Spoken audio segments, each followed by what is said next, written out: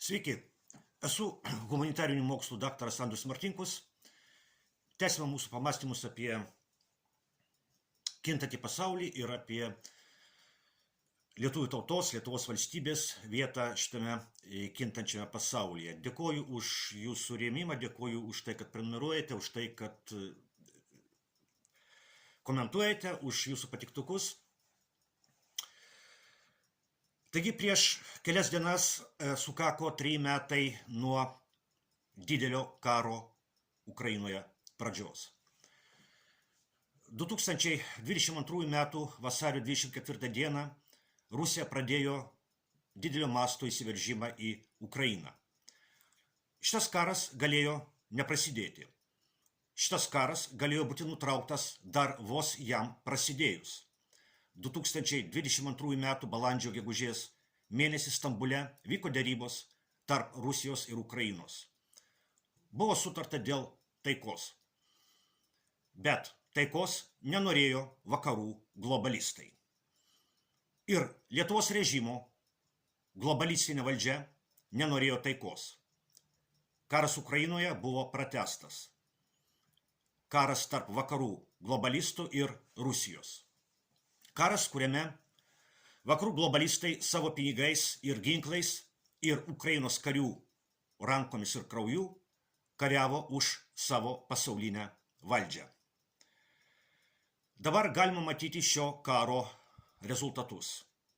100 tūkstančių užmuštų žmonių. 100 tūkstančių be kojų ir be rankų.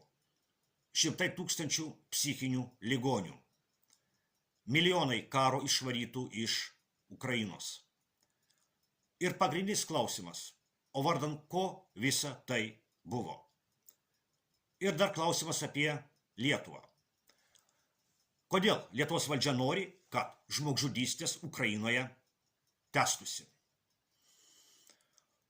Lietuvos valdžios ir Lietuvos režimo propagandistų nuotaikos šiandien yra prastos. Karas Ukrainoje nepasisekė. Rusija laimė kare Ukrainoje, o kai kas sako, kad jau laimėjo Rusija kare Ukrainoje, o vakarai nebėra vieningi kare prieš Rusiją. Nes pačiuose vakaruose vyksta kova tarp globalistų ir antiglobalistų. Jungtinių valstijų prezidento rinkimuose globalistai patyrė sunkų pralaimėjimą, kai laimėjo Donaldas Trumpas. Mes matome šios pergalės rezultatus. Trumpas ir Putinas, aišku, nėra draugai, bet Trumpas ir Putinas turi bendrą priešą. Tas bendras priešas yra vakarų globalizmas. Todėl Trumpas ir Putinas kalbasi. Jie kalbasi ir dėl Ukrainos. Ir šitame jų pokalbėje ES globalistai ir jų pakalikai Ukrainoje yra nepageidaujami. Todėl darybos vyksta be ES ir be Ukrainos. Įvyko istorinis balsavimas Jungtinių tautų saugumo taryboje. Pirmą kartą po karo Ukrainoje pradžios Jungtinės valstijos, Rusija ir Kinija balsavo vieningai dėl Ukrainos klausimo.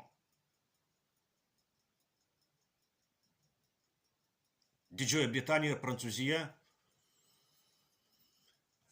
susilaikė, bet nevetavo šitos rezoliucijos. Tai iš tikrųjų yra istorinis įvykis. Ir šitoje priimtoje rezoliucijoje, kuri buvo priimta pirmiausia Jungtinių valstijų, Rusijos ir Kinijos balsais, šitoje priimtoje rezoliucijoje Rusija nepavadinta agresorė ir kaltininkė dėl karo Ukrainoje. Lietuvos režimo ir Lietuvos režimo propagandistų nuotaikos tikrai yra prastos. Lietuvos globalistinio režimo propaganda jau atvirai kalba apie Ukrainos išdavystę. Apie Ukrainos išdavystę, kurią neva vykdo naujoji Jungtinių valstijų administracija, vadovaujama Donaldo Trumpo. bet kas, ką iš tikrųjų išdavė Ukrainos kare. Aš tvirtinu, kad Ukrainos kare Ukrainos ir daugelio vakarų valstybių politiniai elitai išdavė savo tautų nacionalinius interesus. Didžiausias išdavikas ir nusikaltėlis yra Vladimiro Zelenskio režimas, kuris paaukojo Ukrainą vardan vakarų globalistų iškrypėliškų fantazijų apie pasaulinę valdžią.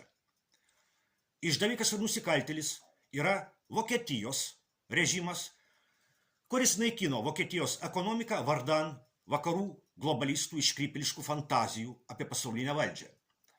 Išdavikas ir nusikaltėlis yra Lietuvos režimas, kuris tapatinasi su Ukrainos režimu, bučiuodamas Lietuvos prezidento globalisto lūpomis, bučiuodamas Ukrainos vėliavą ir Ukrainos karių kraują. Ir daug kitų vakarų valstybių politinių elitų Ukrainos kare parodė save kaip savo tautų nacionalinių interesų išdavikai. Bet svarbiausia, kad dabartinis Jungtinių valstijų prezidentas Donaldas Trumpas sako, jog karas Ukrainoje yra Jungtinių valstijų nacionalinių interesų išdavystė. Trumpas sako, kad dėl karo Ukrainoje kalta yra ne Rusija ir Putinas, o Bidenas ir Zelenskis. Lietuvos globalistiniam režimui ir jo propagandai tai yra košmaras. Todėl Lietuvos globalistiniam režimui ir jo propagandai Trumpas yra Ukrainos išdavikas. Tik priminsiu, kad Lietuvos režimo pagrindą sudaro komunistai, tapę liberalais. Landsbergis, Grybauskaitė, Nausėda – tai yra išdavikai turintys išdavikų patirtį. Vytauto Landsbergio garbintoja Nijolė Oželytė išgarsėjo posakiu, kad po 100 metų Lietuva išnyks ir tai bus gerai. Nijolė Oželytė, tarp kitko, įstojo į komunistų partiją 1989 metais, kai Lietuvoje jau vyko atgimimas, sąjūdis ir taip toliau. Dabar visi šitie buvę komunistai, tapę liberalais, labai žavisi Ukrainos nacistais. Taip, tokie įdomus ideologiniai virsmai. Komunistai tapo liberalais ir žavisi nacistais. Ir dabar visai šitai išdavikų publikai labai liūdna dėl to, kaip klostosi reikalai Ukrainoje. O man irgi liūdna. Bet dėl kitos priežasties liūdna.